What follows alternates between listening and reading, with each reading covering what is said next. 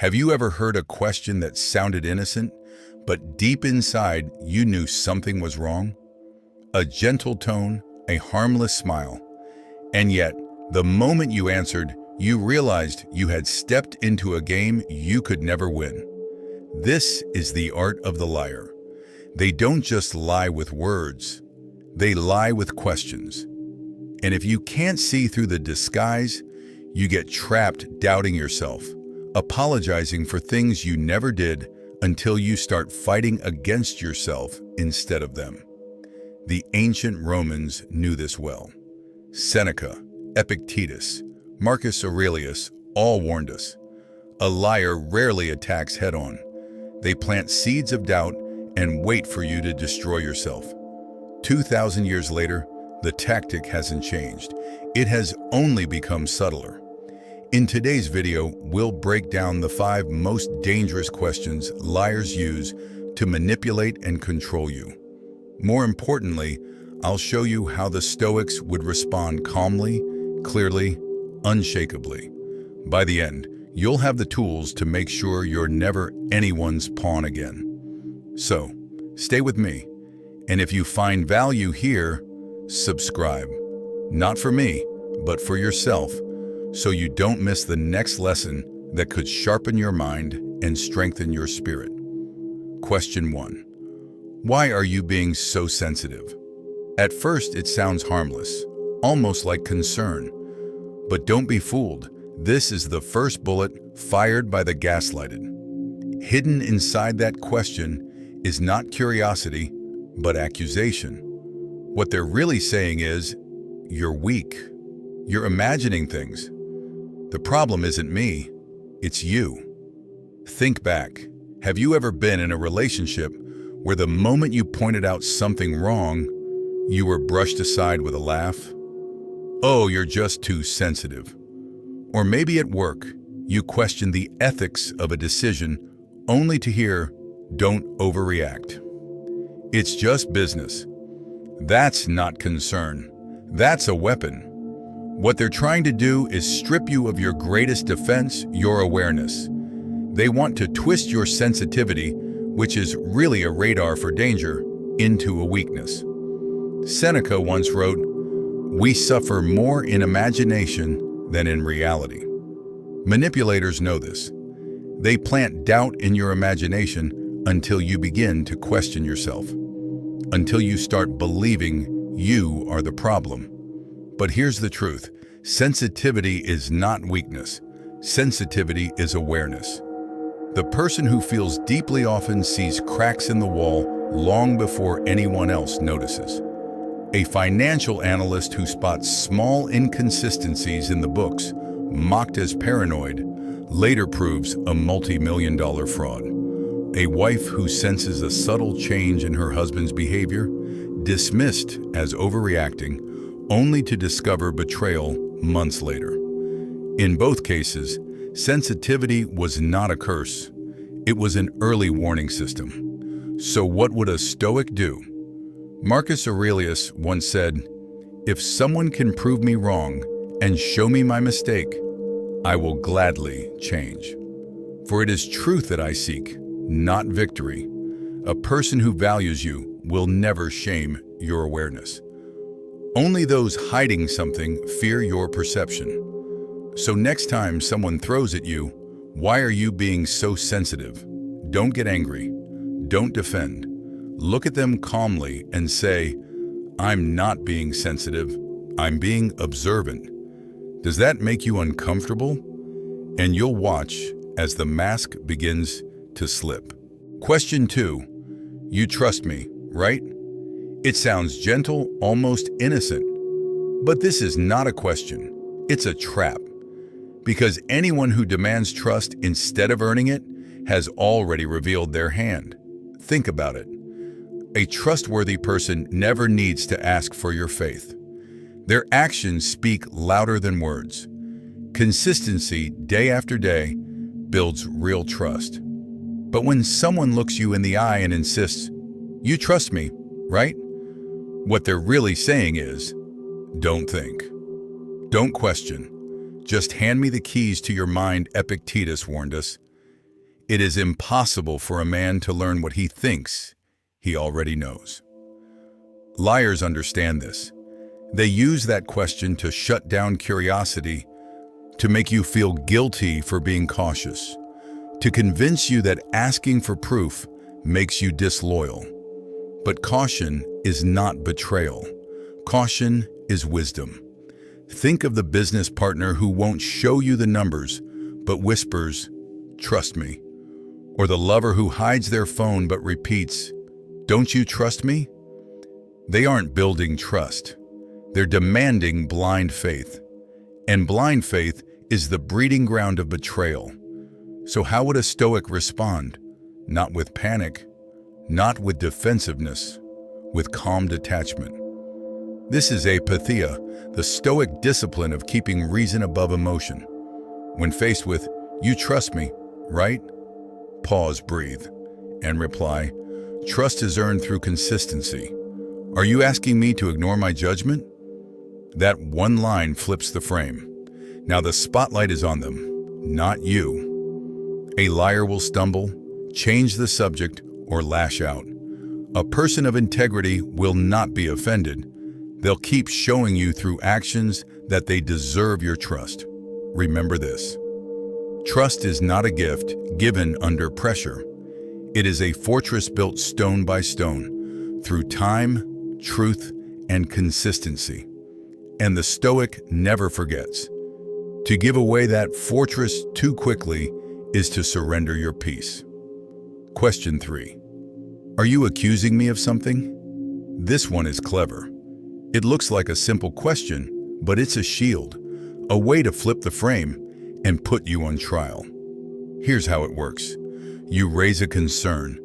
You notice something doesn't add up. You ask a question. Instead of an answer, you get a sharp counterattack. Wait, are you accusing me of something now? In that moment, the roles reverse. You're no longer the observer, you're the villain. The spotlight moves off their behavior and burns down on you. This tactic forces you into defense mode. You rush to explain yourself.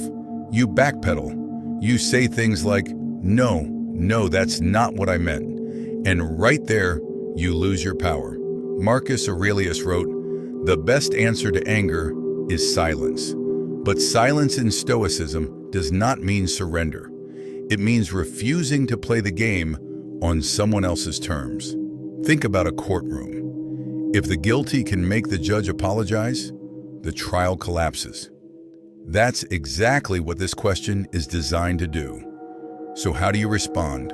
With stillness, with composure. The next time someone snaps, "Are you accusing me of something?" Don't rush to fill the silence. Hold your ground. Maintain eye contact. Wait 2 or 3 seconds, then calmly say, "Should I be?" It's only 3 words, but those 3 words put the pressure back where it belongs. They cut through the mask because liars expect panic. They never expect power. Real examples. A boss questioned about missing funds says, "Are you accusing me of stealing?" A partner confronted about secrecy says, "Are you accusing me of cheating?" In both cases, the goal is the same. To turn your search for truth into an attack, you must defend. But the Stoic refuses to be baited. He knows truth does not panic, and wisdom does not apologize for observation. Remember this. The one who asks, "Are you accusing me?" is often revealing more than they realize. Question 4. Would I ever lie to you? This one is poison wrapped in velvet.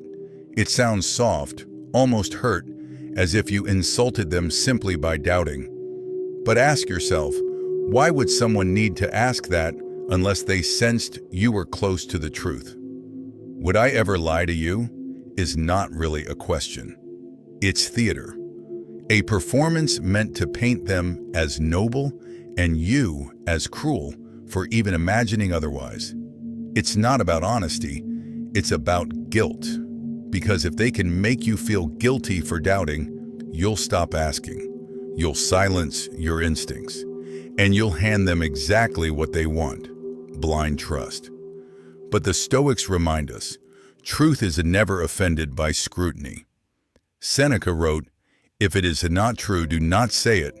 If it is not right, do not do it." A person of integrity doesn't need to convince you they cannot lie. They let their actions speak, day after day, without fanfare. Think about real life. The partner who hides their messages then says, "Would I ever lie to you?" The colleague who avoids accountability but insists, "Come on, would I really lie?" The more they plead innocence, the more you should question what lies beneath. So how would a Stoic respond? Not by taking the bait, not by rushing to reassure, but with calm clarity. The next time someone asks, "Would I ever lie to you?" Pause. Let the silence work. Then reply, "That's not the question. The question is, would I know if you did?" In that moment, you shift the power. Liars thrive in fog. They want you blinded by doubt. Your response turns on the floodlight. And once the light is on, the shadows cannot hide them. Remember, honest people don't fear questions.